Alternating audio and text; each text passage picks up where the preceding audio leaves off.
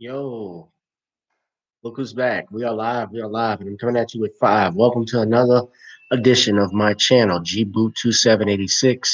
This is Gavin Richard Presents. Whoever you are, wherever you are, I hope you all are doing well. We got people piling in the room. Come on, come on, come on, come on, come on.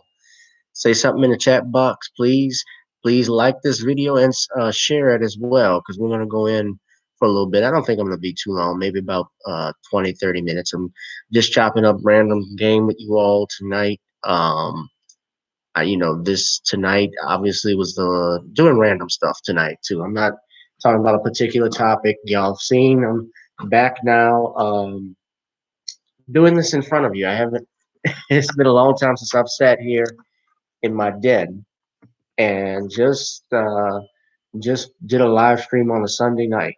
I'm used to doing those, and now I've gotten used to actually getting into the recording studio and just uh, liking just doing my own videos and just doing my own recordings. So they will look a little bit better. You don't see me as much, but I'm here tonight with you all. So glad to be here.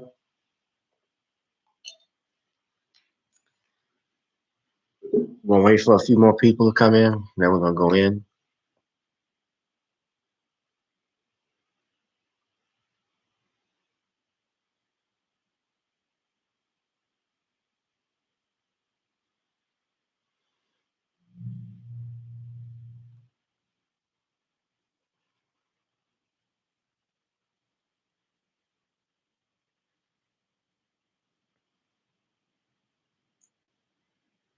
Come on, say something in the chat box. Who's there? Do you guys get my notifications? Just letting you know, if you have the YouTube app, which I'm sure everybody does now, just check and see if you get notifications about me going live. So that way, when you guys get when I go live, you guys will get the notifications that it's going on. So we got two people so far. We're trying to get a few more. But I'll just start. So today, this is just random stuff. Today, finished watching the Michael Jordan produced documentary, The Last Dance. I haven't sat down for a long time and actually watched the sports documentary. Probably the last one was OJ, Black in, what was it called? OJ in America or something like that. Although it was more, that documentary was actually more about clearly just focusing on the OJ Simpson case, obviously, because that's all we want to pay attention to. But, and of course, there was sports part of it. But I remember actually,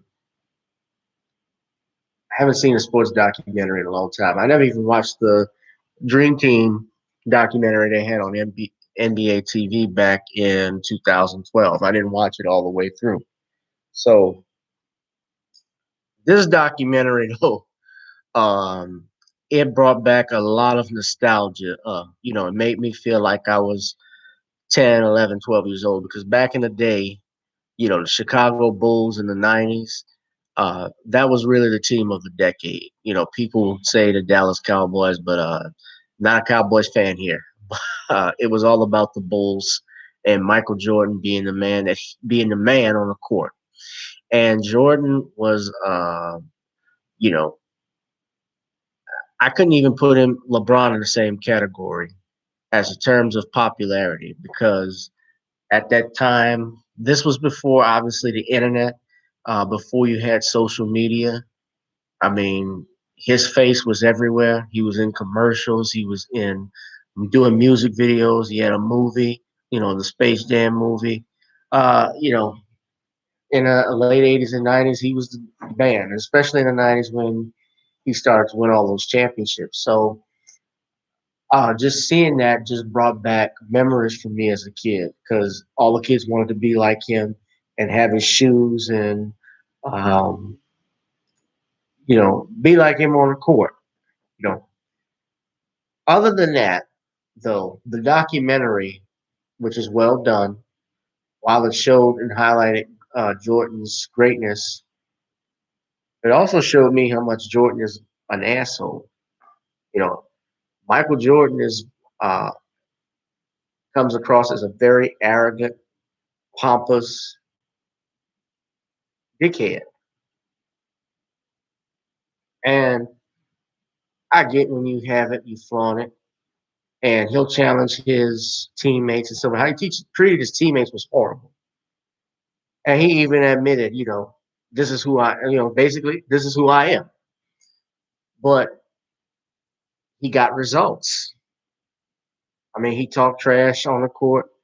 I mean, I saw when he got on the Dream Team, how Magic Johnson and all those guys were basically uh, jumping on Jordan. But then all of a sudden, when Magic started talking smack, that's when Jordan came on. And and the dude was a competitor. How he could let the littlest thing bother him in one game, and then the next game it would be looking as if nothing happened, like he didn't have a bad game. Like the game I saw when he played against, I believe it was the Charlotte Hornets, and how they lost, and how he said this kid, and I can't think of his name. He said, I think it was B.J. Armstrong, if I'm not mistaken. He told him, "Good game, Michael," or something like that. Well, that didn't actually happen.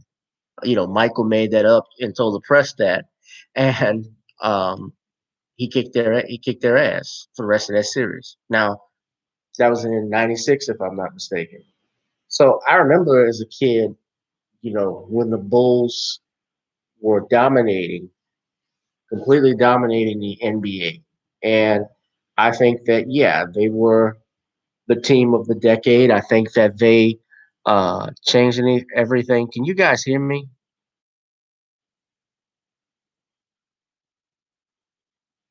Y'all hear me?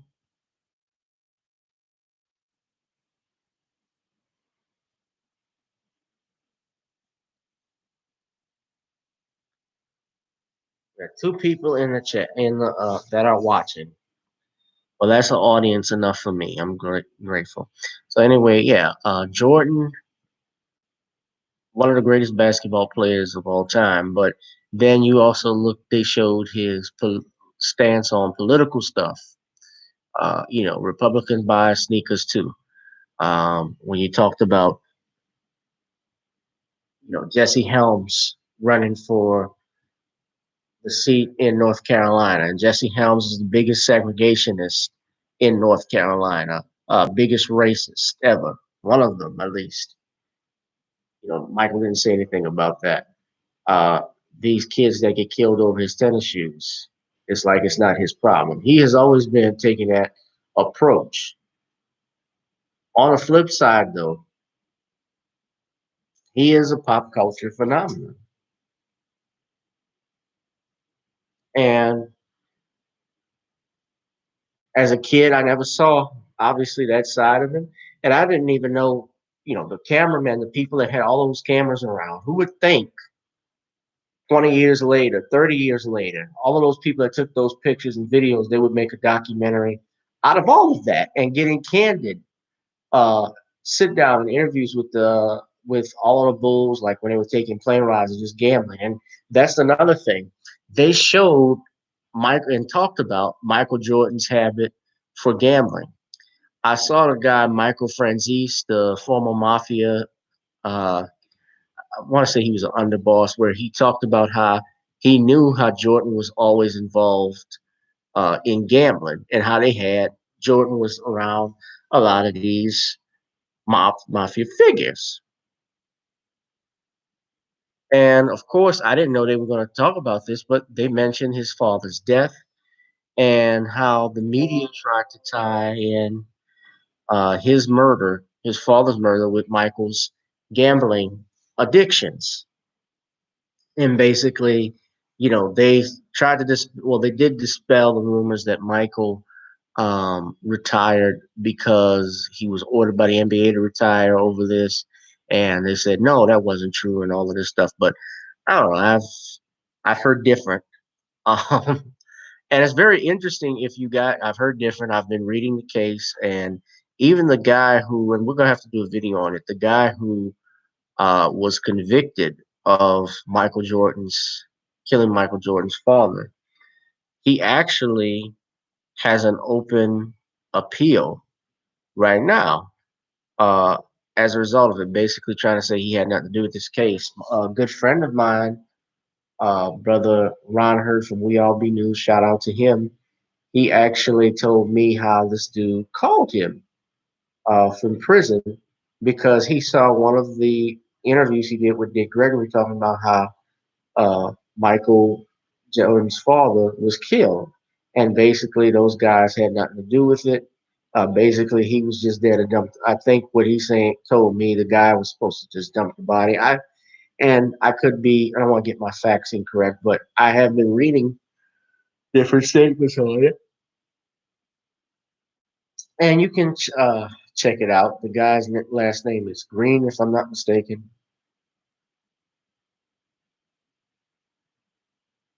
You know, I think that certainly there is anybody that thinks the mafia is not involved uh, in gambling and sports and so forth has an IQ of 40 or less.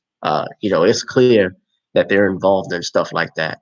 And did they kill Michael Jordan's father because of it? I don't have any evidence to suggest that, but I thought it was convenient.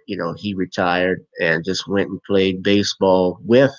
I thought it was interesting with the Chicago White Sox under the ownership of the same owner of the Chicago Bulls, Jerry Reinsdorf. And the other thing that's interesting is how this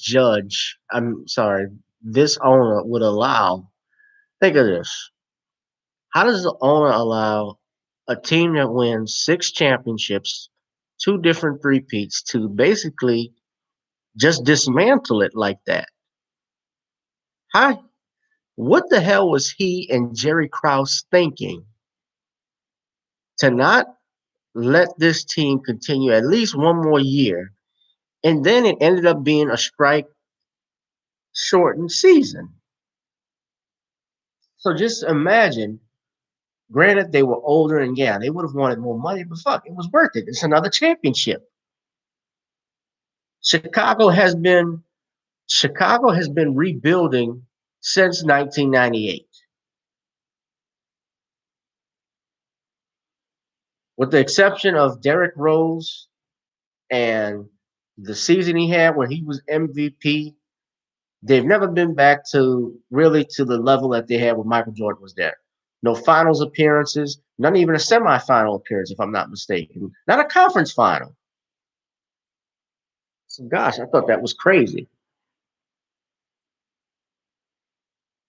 It was a great episode though.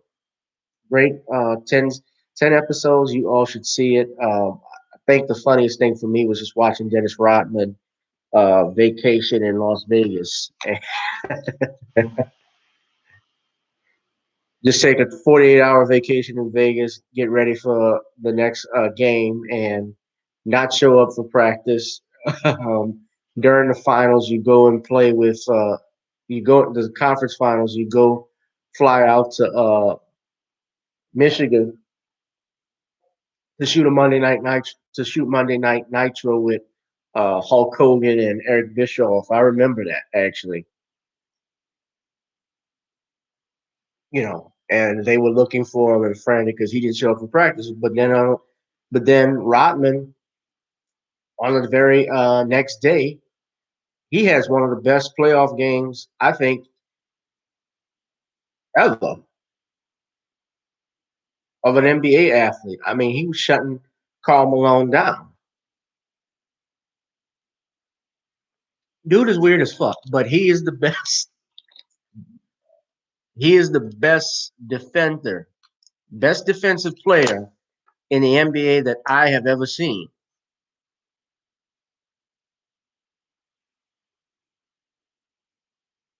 You disagree with me? Let me know who was better. But the dude knew how to rebound and the dude knew how to block. And he had no trouble fouling you. He didn't care.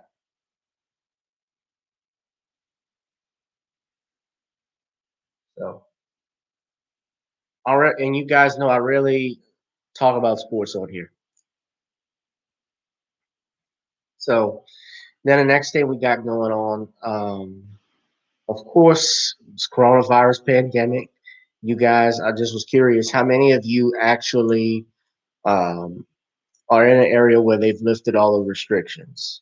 Um, Here in New Orleans, we are entering what's called phase one in Louisiana in general. But here in Louisiana in general, the governor has issued what's called phase one, which means businesses can reopen, but of course, there are only certain ones, and it's also to a certain capacity that they can fill. And in New Orleans, of course, the mayor has put in restrictions and ordinances where, if you're at a restaurant, for instance, they want you to wear a mask still while you're eating, which she had to have misspoken when she said that. But, that doesn't surprise me that she would say something like that because she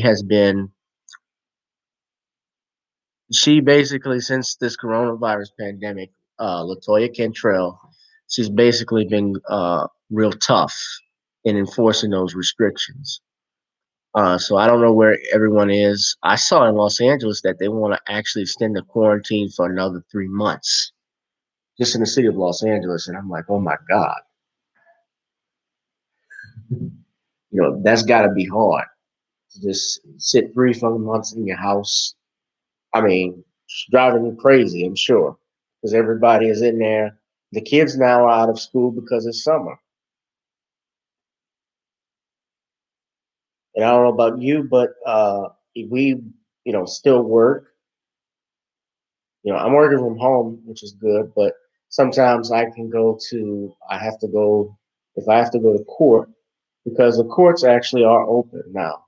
Um, what's happened with this governor's order now is that they're going to have restrictions on, I guess, how many people are in a courtroom, where to sit, who to sit. They have suspended jury and trials, I believe, for another 2 months, because originally it was going to be all of them suspended up until July, but I believe that's changed now to June. So they switched it up. And I don't have to be in court anywhere right now. Thank the Lord. I don't know how I would deal with it. The pandemic really has changed the game and changed things. A lot of people now are seeing whether or not they could survive the apocalypse. And I don't know if we're there yet. I think this is just a taste of it. But what is your plan now? That's a question we all need to ask. Has this changed your mind on whether or not you could survive an apocalypse, or do you believe in it still? Are you prepared for an emergency like this? Because if we get hit with this thing or something worse, I don't know. I mean, really, it's been calm so far. There hasn't been any riots or anything like that. But my Lord, I can only imagine if this thing got worse and we didn't have the country reopening. We just look at the different states, like in Michigan, you had to have, I believe, they had to shut things down, the Capitol, because you had these white supremacists, these motherfuckers that were wearing, you know, carrying guns into the state capitol, even in Pennsylvania. You can't bring guns in Louisiana. You can't bring a firearm in the Capitol. They'll arrest your ass. Right when you get to the Capitol, I get everything shut down, but these people were crazy. They're protesting. I saw in Wisconsin right after the Supreme Court overturned the governor's order on lockdowns and so forth. They were all up in the bar, hugged up with each other. And, I have my questions about the numbers of coronavirus cases because it has been shown that the numbers some of them are being artificially, well, not some, but a lot of them are being artificially inflated. And on top of that, one of the things with this pandemic they don't talk about is the fact that there is actually more people recovering from the coronavirus than there are people dying. Yeah, at least three quarters more. I guess the problem is that the hospitals have become so uh, full, and there's no vaccine for this, or there's no cure for it that has overwhelmed everyone. So, in that standpoint, can I understand why there's a lockdown or why things are shut down to a degree to keep it from spreading? Yeah, but yes, people, I know they try to use this analogy between influenza and coronavirus, which are two different things. And yes, a lot of people do die from the flu. We can live with that, but we do have vaccines for it, though, also. So I don't know, guys. I'm caught in the middle with it. It's tiring, you know. And in the middle of all this stuff, we have this not even a police shooting, but this thing in Ahmaud Arbery. Uh, Shout out to two people, well, one in particular, brother Brian Ponder. Brian is a lawyer out in Georgia, a friend of mine. Shout out to him. Uh, he's based in Atlanta, and he actually has caught buses going back and forth from Atlanta to Brunswick, Georgia, which is around the Florida Georgia borderline. My understanding it's right around the coast where Ahmaud Arbery was shot, and of course, the first thing they're trying to do now is slander this brother by talking about the fact that he was inside the home. And supposedly, there's a video showing a young black man going inside the home sometime before the shooting. Of course, you've seen one where the family has confirmed it was him. Well, there's another one that was taken, I believe, a few weeks prior where they show a black man just walking into the construction home. But before that, there was another video uh, that Larry English, who was the owner, guys, I'm itching. It's hot in here. I'm just human. I think I got mosquitoes and stuff. Plus, my hair is growing back out, so y'all can see. Been a little while since brother had a haircut, but no, they showed pictures of and video of a white couple, and this is late at night, going into the house. Now, it's not uncommon when you have new construction being built that you'll have nosy people come around and check it out. Now, if they go in there and they steal copper or they go and steal tools and so forth, that's a whole other thing. And it's important to note that this owner, Larry English, has stated that number one, the McMichaels have Travis and Gregory McMichael, the men that killed Ahmaud Arbery, have no affiliation with him. The number two, he has stated that Ahmaud Arbery did not steal or take anything. And number three, uh, he has also stated nothing was, aside from the fact that nothing was stolen, they have also come out and said that there were not that many burglaries or robberies reported as what was originally told by the McMichaels when they talk about we've had a lot of burglaries in here. Now, to that point, some people would say, well, I'll counter with that. Well, there wasn't any robberies or burglaries reported, but that doesn't mean it didn't happen.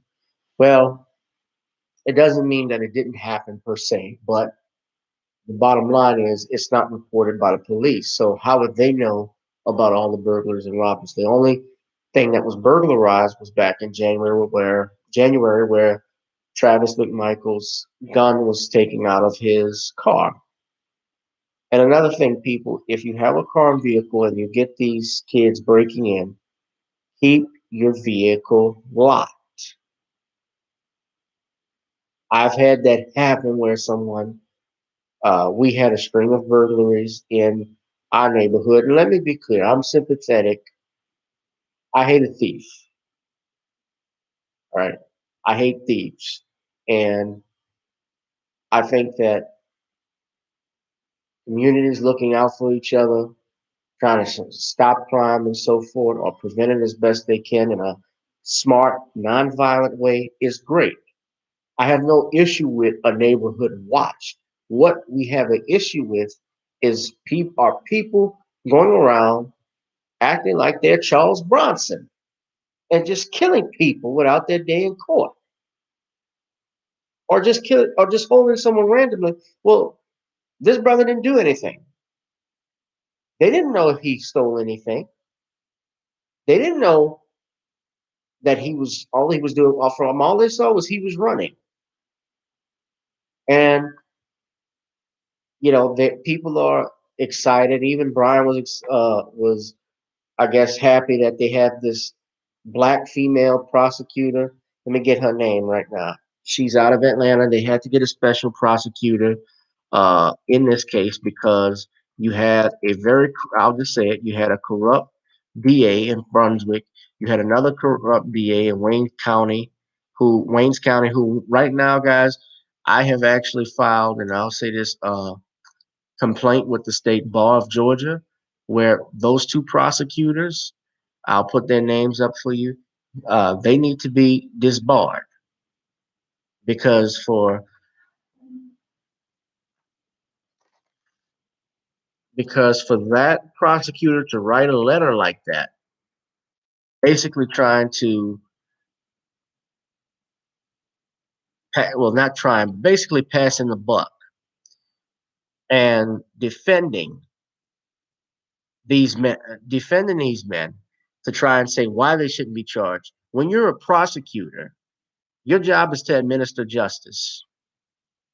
You're a magistrate, and your job also is to represent the state of Georgia or the state of Louisiana, whatever county you are in, as the DA, ADA, that is your job. Jackie Johnson is the district attorney of Brunswick Judicial Circuit.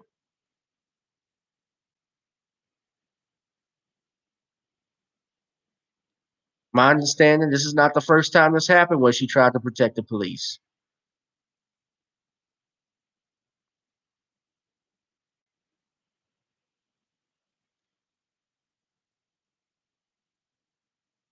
See who the other prosecutor is? I have his name here. George Barnhill. That's the Waycross Circuit District Attorney who took the case over. And he wrote that letter. Now, of course, it went to another third DA, and that DA, he decided it should go to a grand jury. Tom Durden, he was a district attorney in Hinesville. I actually faxed him too. Based off the nature of these crimes, there's no doubt that a murder charge should have been warranted. This is the link. There's no doubt that a murder arrest should have been warranted. The police could have done it.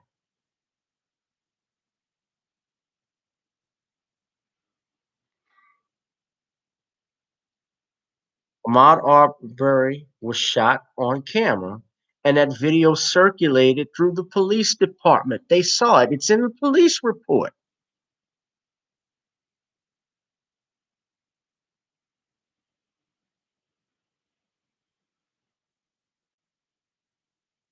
But yeah, George Barnhill, Waycross District Attorney. Tom Durden is in Hinesville. He's the Hinesville District Attorney. And you have the female,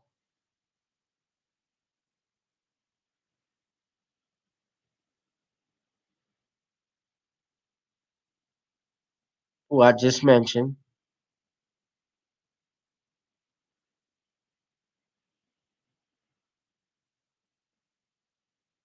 She was also behind it.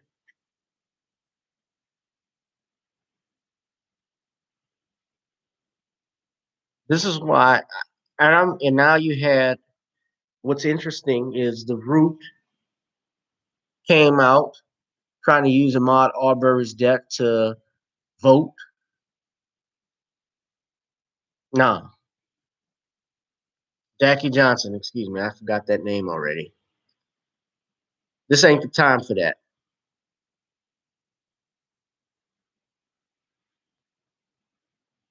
I'm encouraging you all to write the State Bar of Georgia and ask for these guys for Jackie Johnson and George Barnhill's resignation from the bar, suspension from the bar, or to be disbarred if need be.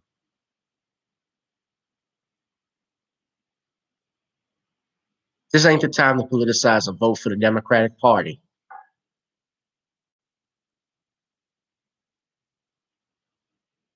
I'm not shocked though because it's the grill, and I'm sorry I said the grill, but the root. But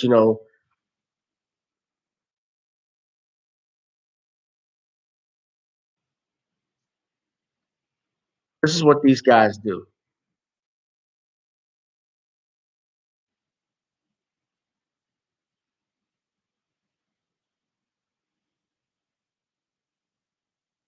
This is not about.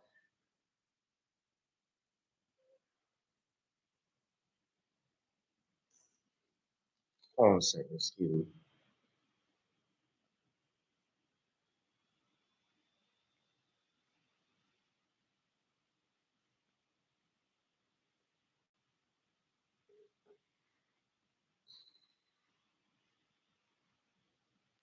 I don't even like quoting the root with stuff.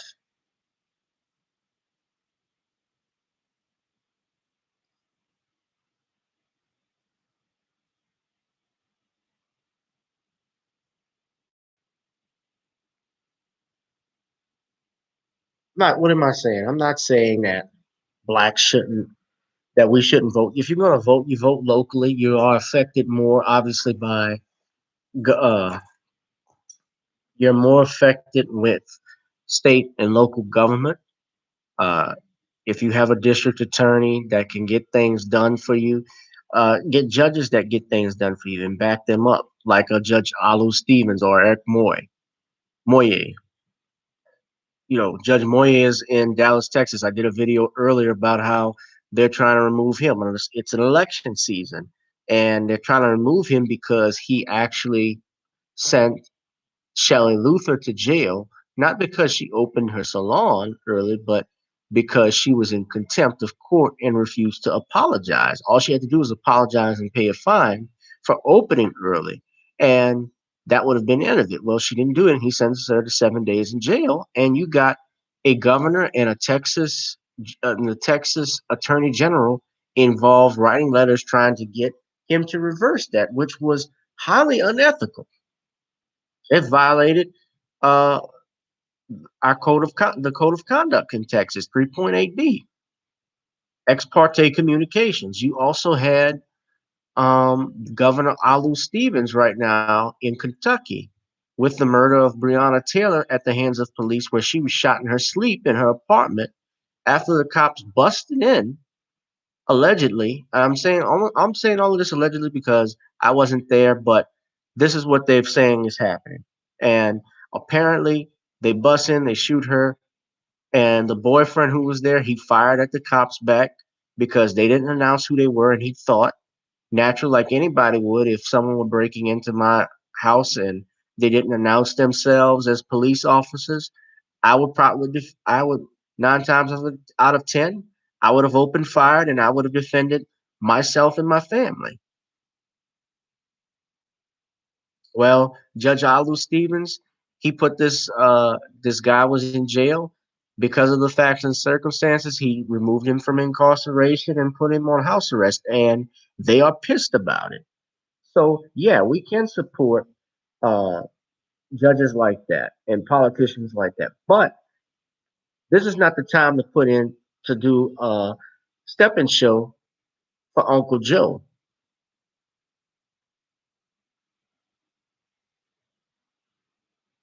And perhaps if our so-called black president, our first black president, had prosecuted these police shootings through his Department of Justice with a black attorney general, United States Attorney General Eric Holder, and then a female attorney general in Loretta Lynch, perhaps we wouldn't have too many of these going on because they would know that the government is going to enforce the law.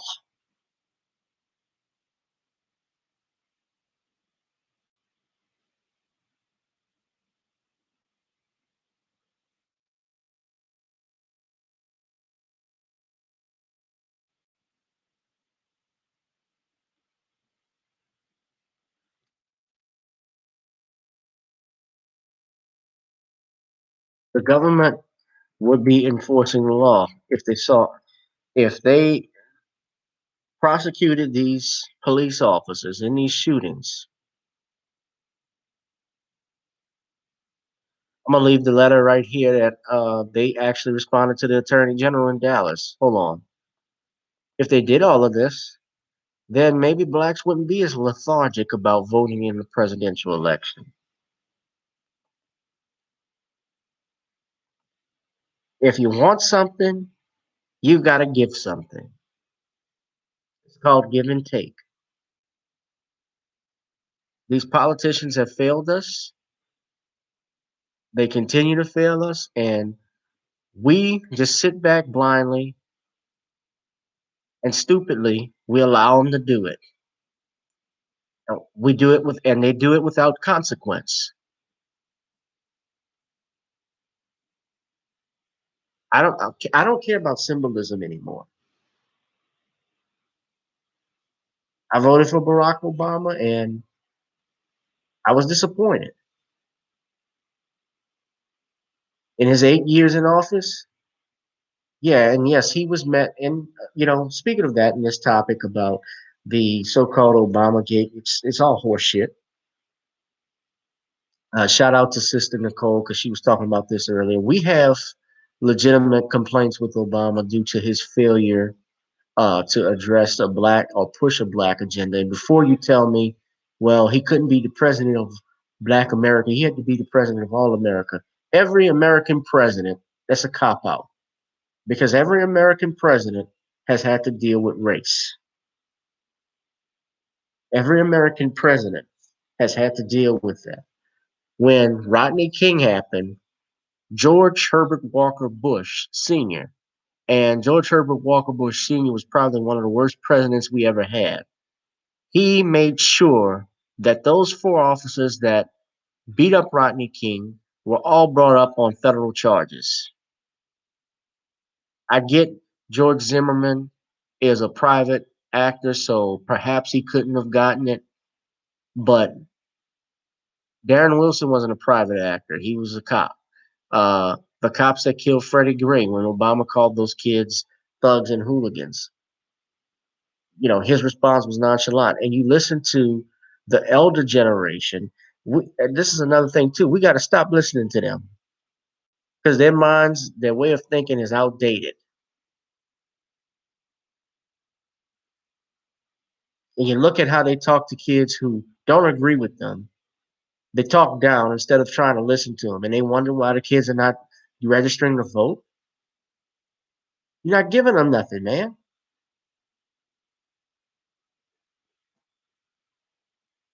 If you want something, you got to give something. Look, I went over my time, like I said. It's been 38 minutes going on 40. I'm gonna have to keep doing some more videos, guys. I don't really get on live stream too much again anymore, but that was just some random stuff I want to talk about. And you guys be safe and be blessed. Uh, tomorrow starts a new day, new life. Well, we're all living as best as we can.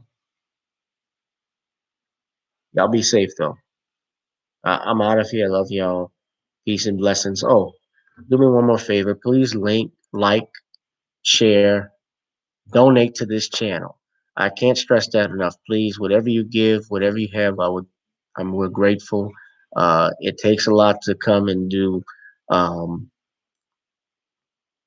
videos and set them up.